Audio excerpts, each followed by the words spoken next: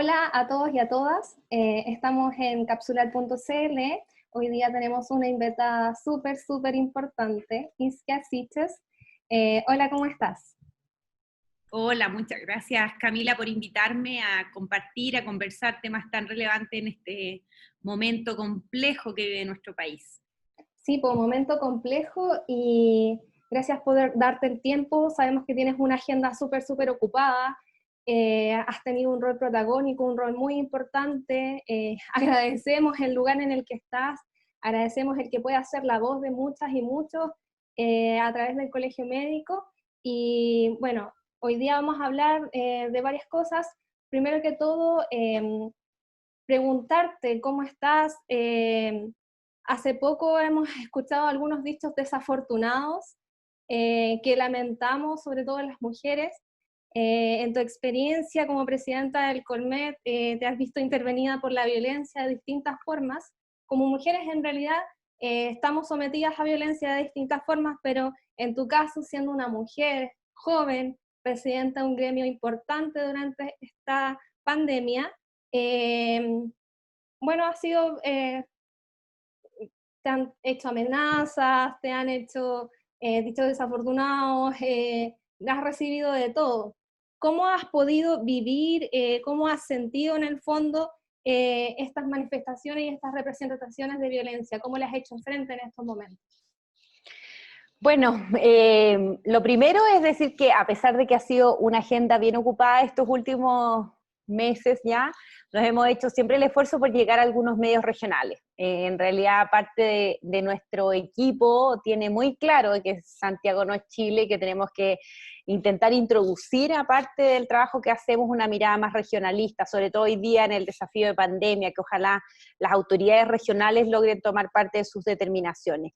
Y sobre lo segundo que me refiere, bueno, no ha sido fácil. Yo era antes de obviamente el Colegio Médico tiene toda una historia, es relevante dentro de los medios, pero era un nicho mucho más pequeño y esto nos ha obligado a salir frente a la opinión pública con muchos beneficios, porque obviamente nos permite ser escuchados por la autoridad y por la opinión pública y por la sociedad civil, pero también con gran parte de costos, y particularmente a mí que me toca representar un liderazgo femenino, he tenido estos ataques, pero he podido sortearlos porque yo no trabajo sola, soy la cara visible de un trabajo que es bien colectivo.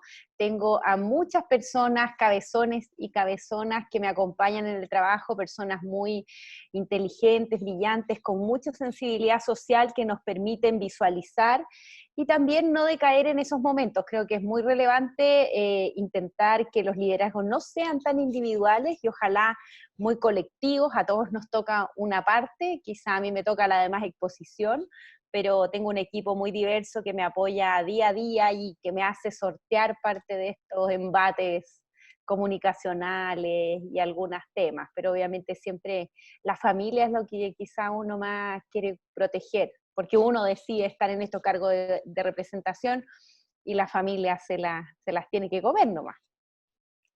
Sí, pues y en realidad en el puesto en el que estás, en el fondo recibes críticas de distintos sectores.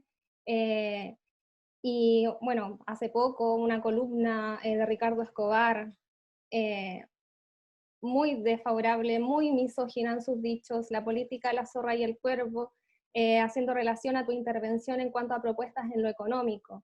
Eh, Lamentamos esos dichos, yo creo que desde distintos lados, de distintos grupos igual de mujeres te han brindado su apoyo, así que igual lo mismo, esperamos que este tipo de dichos no sigan y que se valore en el fondo el puesto que estás ocupando en estos momentos. Tomando en cuenta esto último, queríamos conocer igual un poco acerca de la estrategia o esta propuesta en el fondo de parte económico en relación a este tema, se ha criticado, pero en el fondo la salud no puede estar separado de lo social. No podemos tener en cuenta en el fondo o buscar la salud si se niegan en el fondo todos estos factores sociales que van de la mano y que están implicados. Con respecto a esto, ustedes han tenido un rol importante articulador en esta propuesta, que obviamente como médicos no se puede saber de todo, pero ustedes sí pueden, en el fondo, en el puesto en el que están, articular y ser la voz para generar un poco de sentido común, porque es muy difícil llevar adelante cuarentenas o contenerlas o tener a la gente en sus casas si no se tiene que comer. Tenemos noticias de protestas, gente en el fondo sin nada que comer, realización territorial de ollas comunes. En torno a eso queremos saber un poco, en torno a esta propuesta, que en el fondo igual es súper importante en el sentido de que es transversal y es paritaria. Si nos pudieras contar más o menos a grandes rasgos en qué va, en qué consiste y cómo va en el fondo la aplicación de esta propuesta, si va en viento en popa o si es que está ahí tancada, ¿qué están conversando de eso en la mesa COVID? Sí, bueno, tal como tú refieres, una deformación profesional a veces es centrarnos mucho en lo biomédico, pero en un desafío tan importante como esta pandemia es muy necesario que nuestro gremio abra su mente y nos preocupemos de todos los determinantes sociales de la salud que limitan poder enfrentar esta pandemia. Es por eso que muy precozmente le planteamos a las primeras reuniones que tuvimos con el presidente y en la mesa social dos cosas. Lo primero es que nuestro país no enfrentaba esta pandemia como cualquier otro país. Veníamos en un clima muy enrarecido, después de un estallido social donde habían grandes expectativas de procesos democráticos que iban a vivir en nuestro país. Y nosotros inicialmente, de hecho, nos reunimos con organizaciones sociales, con los partidos políticos para poner un poco la pelota en el piso de que esto no era un boicot gubernamental, sino que era efectivamente una pandemia de proporciones que iba a poner gran dificultad en el funcionamiento cotidiano del país. Y lo segundo es que hay que entender que vivimos en un país muy desigual y que gran parte de las familias, a pesar de que nosotros les pidamos que cumplan con el confinamiento y cuarentena, hay un porcentaje importante que son trabajadores informales que día a día se ganan el pan para sus familias y que requieren medidas sociales robustas. En ese sentido, leíamos en parte de las propuestas gubernamentales que todavía eran insuficientes, que había que tener una propuesta más largo aliento, y como tú muy bien señalas, somos bien técnicos para nuestras cosas, así que intentamos reclutar a los mejores. Yo me comuniqué con Andrea Repeto, que es una brillante economista, académica, y le pedimos que conformara una mesa lo más transversal posible dentro del eje político, pero también con una paridad de género para poder poner en el centro lo sanitario y lo social y en base a esos desafíos establecer una propuesta económica. Es bastante más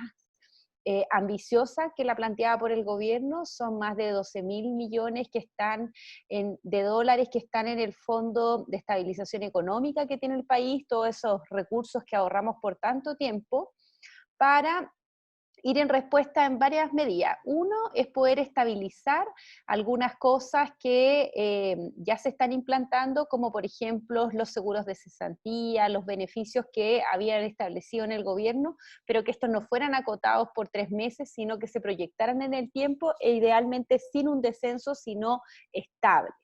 Lo otro era poder tener recursos directos, sobre todo para el 80% de las familias más vulnerables, ahí incluir a muchos más sectores, porque la propuesta gubernamental era muy acotada, con ingresos que bordearan sobre los 300.000 pesos para un grupo familiar de 4 personas, también proyectado en el tiempo. Esta es una propuesta que está pensada que son más de 670 millones de pesos, millones de dólares por 18 meses, y además poder tener una etapa que sea flexible y una etapa posterior que fuera más enfocado a la reactivación económica cuando ya la pandemia estuviera más controlada y efectivamente se pudiera llamar al funcionamiento del comercio y a retomar las fuentes laborales, porque evidentemente el desempleo va a seguir aumentando en nuestro país. Esa fue más que nada la propuesta. Andrea Repeto fue a presentarla el viernes pasado a la mesa social, se conformó una mesa, un acuerdo por parte del gobierno y esperamos que las propuestas que existen sobre la mesa sean acogidas y realmente se ponga en el centro las necesidades que viven las familias y las personas en nuestro país.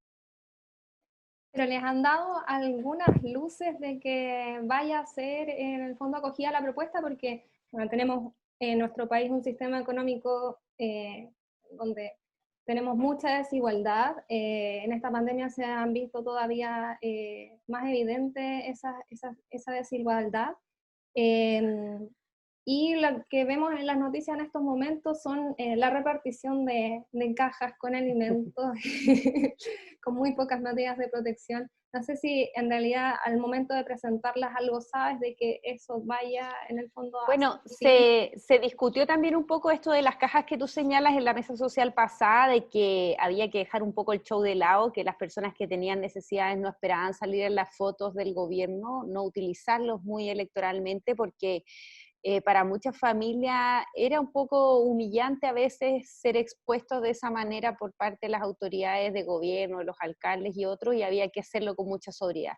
Y lo segundo es que se supone que sí, se supone que el acuerdo con la oposición se basa en el documento presentado por el Colegio Médico. Hay algunas propuestas que son más ambiciosas, 15.000 millones de dólares, y yo espero que efectivamente, y ahí tenemos a Andrea representando y a otros economistas que han ayudado a la propuesta para que efectivamente esto sea por lo menos la base desde donde hablar, en una propuesta que tiene que tener varios elementos, que sea robusta, contundente, que resuelva realmente el problema de las personas que tienen del 80% más vulnerable por lo menos, porque con la distribución, con el nivel de cesantía de empleo, la gente no puede tener ansiedad de que no va a tener dónde comer, y también que sea, ojalá, muy proyectada en el tiempo. No puede ser una medida muy acotada, y además superamos así el horizonte del presupuesto 2020, que es como algo más complejo. Lo que nos han señalado el ministro del Interior, los acuerdos con los partidos de oposición, es que la base fue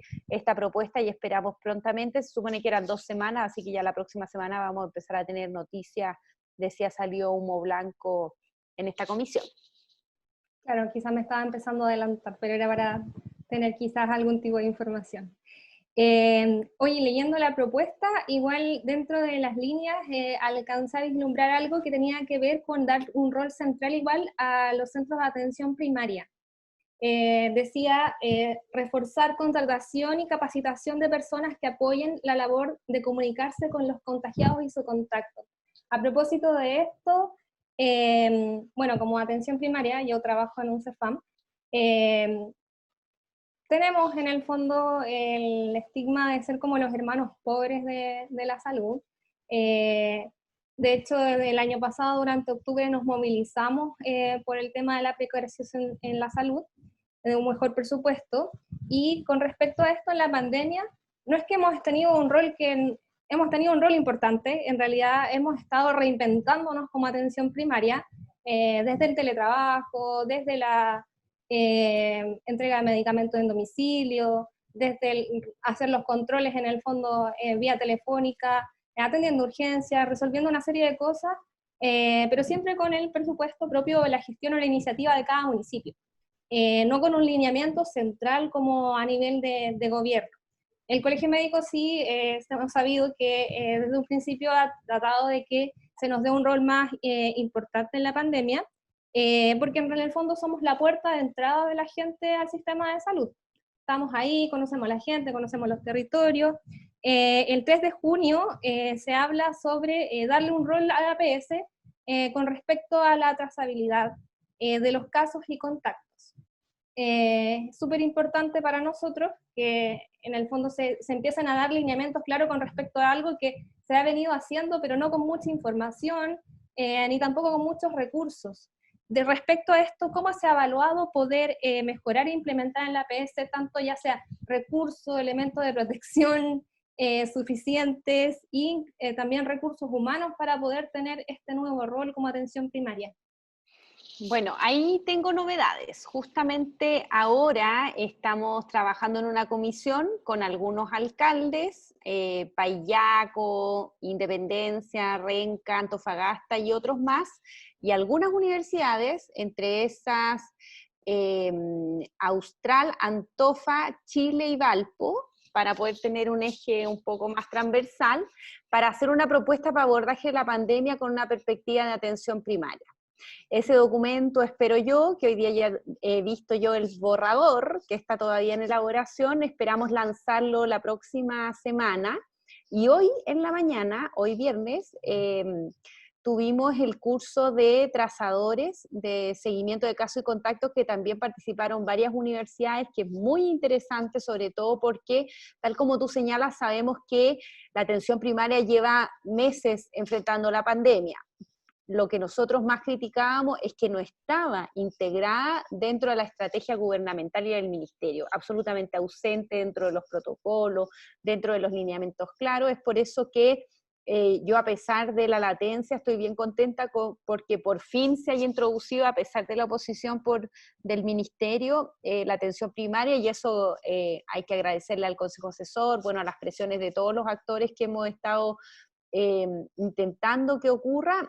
Y en este documento viene incluido tanto este rol de seguimiento de caso y contacto, los pacientes no COVID, cómo seguir, las faltas de financiamiento, el análisis presupuestario del 2020 para poder reclutar, y además algunos instrumentos tecnológicos y propuestas bien interesantes que ocurren, como por ejemplo confinamientos comunitarios que ha utilizado la comuna de Valparaíso para estas etapas de burbujas sociales para que no se siga diseminando el virus, pero que sí tú tengas la capacidad de poder salir, no sé, a la tienda de tu barrio, puedas ir a tu CEFAM y te puedas manejar en un círculo a la redonda sin cruzar obviamente el país, pero o las regiones, las comunas, pero sí conteniendo efectivamente el virus. Así que la próxima semana también vamos a tener, esperamos lanzar esto, y espero yo llevarla a la mesa social COVID-19. Pero, por lo que entiendo, esto es una propuesta que ustedes están levantando, como bien han hecho en el fondo con muchas cosas, y les agradecemos su rol como colegio médico en el fondo, cuestionando algunas medidas, pero también aportando en muchas otras, muchas importantes como esta. Con respecto a eso, el gobierno en particular, al momento de anunciar esto, ¿tenía algo en mente, tenía algo pensado, o qué es lo que hay hasta el momento pensado desde el gobierno con respecto al tema de la trazabilidad en APS? Bueno, en realidad nosotros no tenemos todavía una instancia sanitaria con el gobierno, solamente la mesa social, es algo de lo que también vamos a pedir con las sociedades científicas, porque necesitamos ir resolviendo temas prácticos. ¿Qué ocurre con las licencias? ¿Qué ocurre con el stock de medicamentos? Por ejemplo, de medicamentos críticos para la unidad de cuidado intensivo. ¿Qué está pasando con el testeo? ¿Cuándo poder tener flujogramas más claros para las comunidades médicas? También para los pacientes. Tantas cosas que lamentablemente no tenemos esa comunicación directa con el Ministerio de Salud. El Ministerio de Salud hizo una reunión el día de ayer con la atención primaria, los funcionarios, la Confusam, no con el Colegio Médico. Nosotros tenemos una agrupación de médicos de atención primaria, no fuimos convocados a eso, y también la Asociación Chilena de Municipalidades y otras organizaciones, y esperamos prontamente saber de qué se trata, y yo también lo voy a contar en la mesa social de los próximos días. Súper. Bueno, para ir ya terminando, en el fondo como médicos, como médicas y como trabajadores de salud, esto ha sido una contingencia nueva, de muchos aprendizajes, de algunos recuerdos quizás imborrables para algunos que estamos viendo esto como de más lejos, sobre todo teniendo en cuenta que se toman decisiones algunas veces sin tomar en cuenta todas las aristas de los problemas.